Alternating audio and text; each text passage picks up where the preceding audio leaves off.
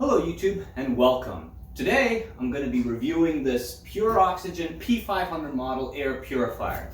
I'm going to spend about the first half of the video doing a wonderful unboxing and the latter half of the video singing nothing but its praises so that you click the link in the description, buy it and make me so much commission money as if ain't nobody got time for this shit.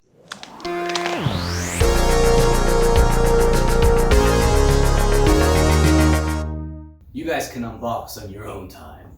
So, in full disclosure, the kind folks at PurOxygen actually sent this P500 model to me to review. This poses two obvious problems. Number one, it is well known that when things are provided to you for free, then you are less likely to talk shit about them. And number two, this is obviously not going to be a long-term review because I've had this for a little over a week. So I cannot attest to its reliability, but so far, so good. Before I dive into this unit, you should know a few terms that float around when you're shopping around for an air purifier. CADR stands for Clean Air Delivery Rate. It is basically a measure in cubic feet per minute how effectively your air purifier can clean air. I'll give you an example. For instance, this unit, its CADR rating is 123.6 cubic feet per minute. That means this thing can push through 123 cubic feet of air through itself in a minute. Generally speaking, the higher your CADR, the better. In this world, bigger definitely is better. That being said, overkill isn't necessary and the price skyrockets really quickly the higher the CADR rating is. Next up we got HEPA. That stands for High Efficiency Particulate Air. It is also a standard. The only way for a filter to qualify for HEPA is if it can filter out 99.97% of particles that are up to 0.3 microns small. For a frame of reference, human hair is about 17 to 170 microns. The hair on my receding hairline is probably 17 microns, but a HEPA filter will filter out particles about almost 40 times smaller still. Nice. And this unit has one. Next up, this has an ionizer. And an ionizer charges something. And in this case, it's the air, which the manual says has health benefits. Although, if you were to use this technique to purify air, what you would actually do is add electrons, charge to dust. And because the dust is now charged, it'll stick to surfaces. It'll fall to surfaces and stick to them, which is a better alternative than them floating in the air. But for some reason, the manual doesn't claim that. It claims it just has health benefits. So finally, we have UV, which stands for ultraviolet. This unit has it. It kills bacteria. And this particular wavelength just happens to destroy the DNA of bacteria. Nice. And now that you're more or less educated, let's dive right into this unit. I want to start with design. Now, design is an important thing because this is going to be in a high traffic area like your living room or perhaps your bedroom. Therefore, you're going to be looking at it quite a lot. Now, this, it's neither handsome nor is it hideous, but it does kind of remind me of a trash can. So if you don't mind looking at a nice trash can, then this is it for you.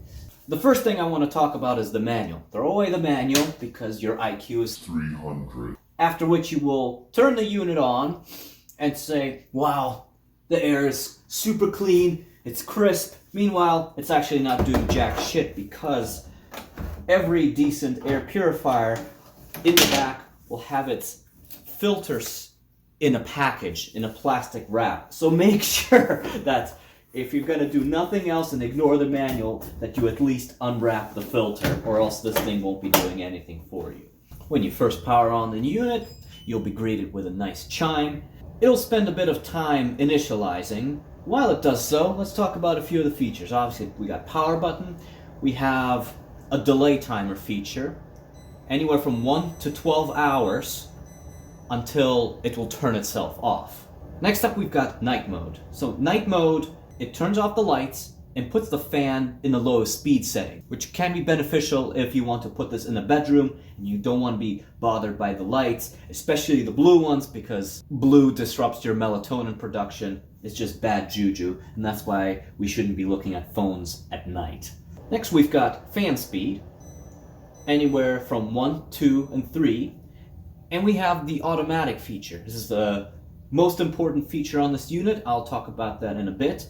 Next up we have this ring. It's illuminated green right now, which indicates that the air quality is as good as it gets. It then has stages for progressively crappier quality of air. It will then turn blue, then yellow, and then finally red. It determines this through a particle counter here on the side port. And I'll talk about that more in a bit. Finally, we've got a display here which displays numbers that just kind of seem to flash at random.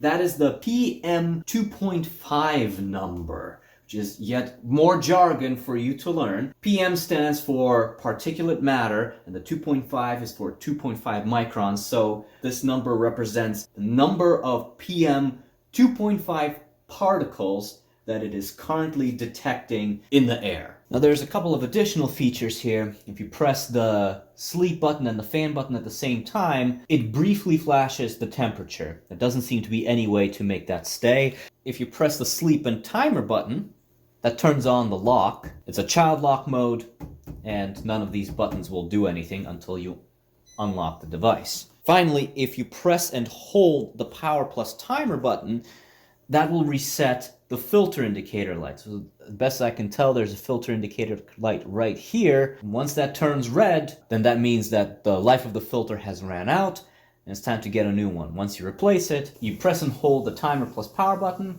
for 3 seconds, and that will reset the filter life indicator. Additionally, it comes with a remote. You can pretty much control most of the features through this, except the ones that you have to access by pressing buttons simultaneously.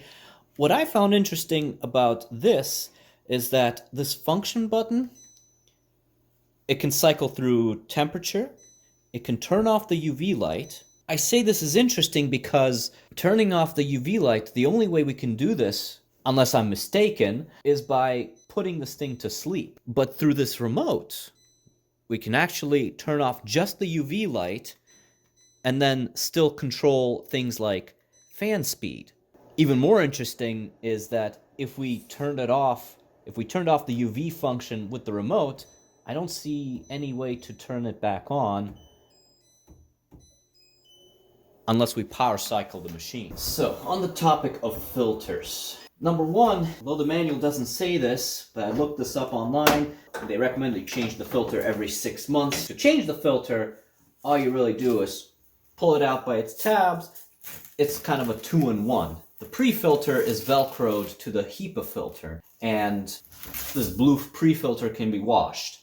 They also recommend that you occasionally vacuum this out and even leave it in direct sunlight for 2 to 3 hours. Odd.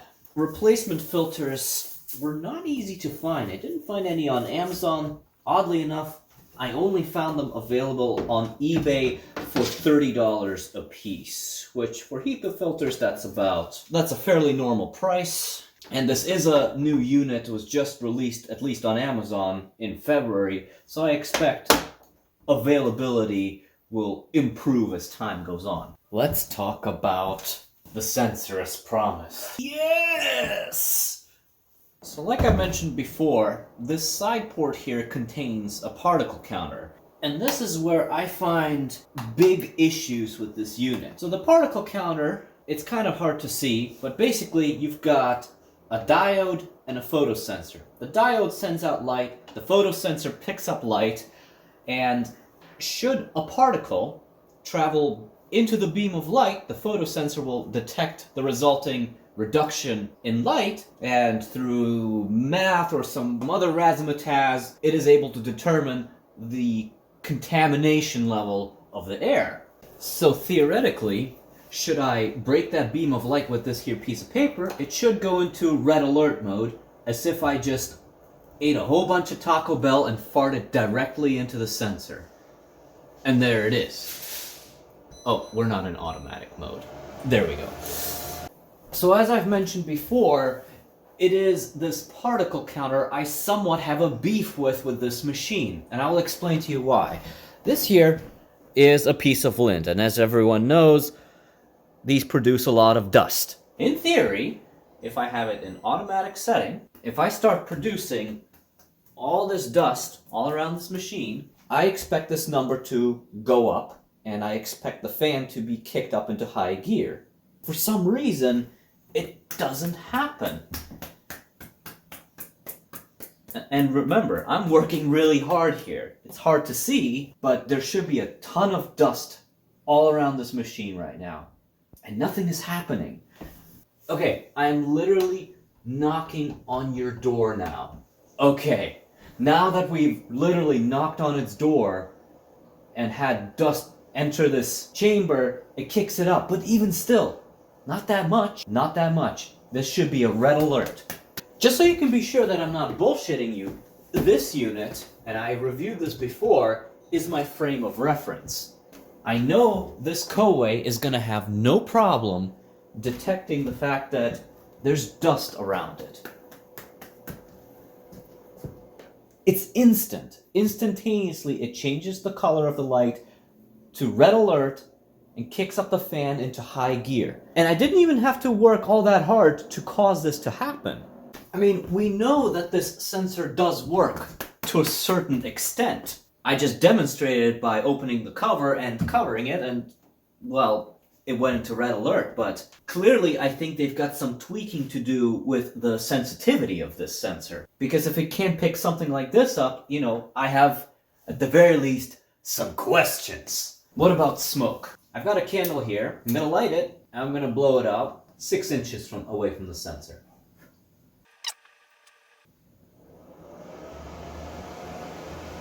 Alright, it's definitely well tuned for smoke. How about several feet away?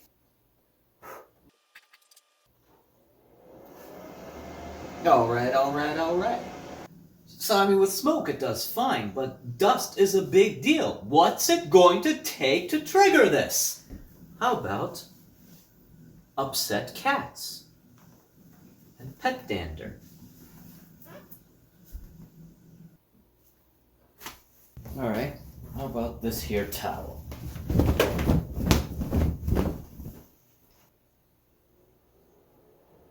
Alright, there's hope. How about farting on it?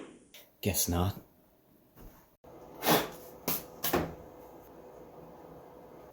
Still dusty, I hope.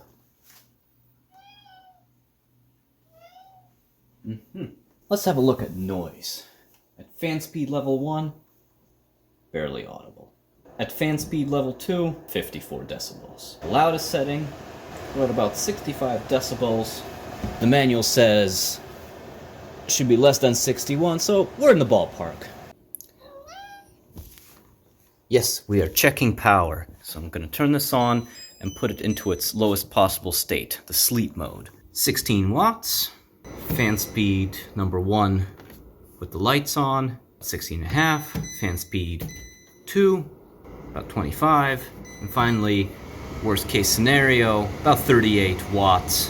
All in all, very efficient, barely using more power than a couple of LED bulbs. If my memory serves me correct, and I have to go off of memory because at the moment the unit is unavailable on Amazon, it was $150. For you watching this, you can get 10% off if you use the discount code that they provided for me and my audience. So you can probably get this for about $135. So overall, I'd give this a C+, B- at best. And that's a real stretch for me. Because design-wise, you know, the display, kind of handsome. The rest of it, trash can. Functionality-wise, pretty damn solid.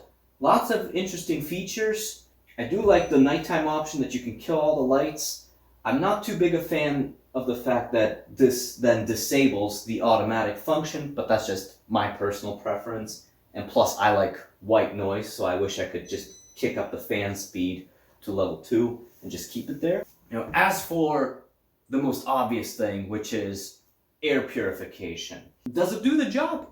Yes, with one kind of glaring pitfall, and that's the auto feature. I do wish the sensor was a lot more sensitive than it is now. Because as you saw, there are certain instances where, even though there's pollutants in the air, this thing seems to be completely oblivious.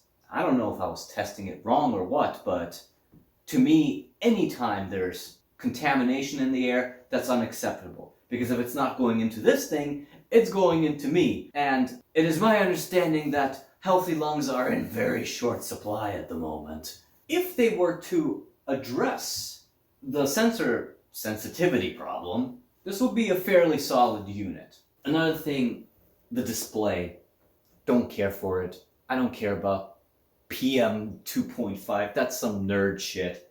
You could just honestly get rid of the entire screen, save some money on manufacturing. So, would I recommend this unit? At $135, it's chock full of features, but rough around the edges. If they refine it, if they fix the sensor problem, it's not so bad, and I probably would recommend it.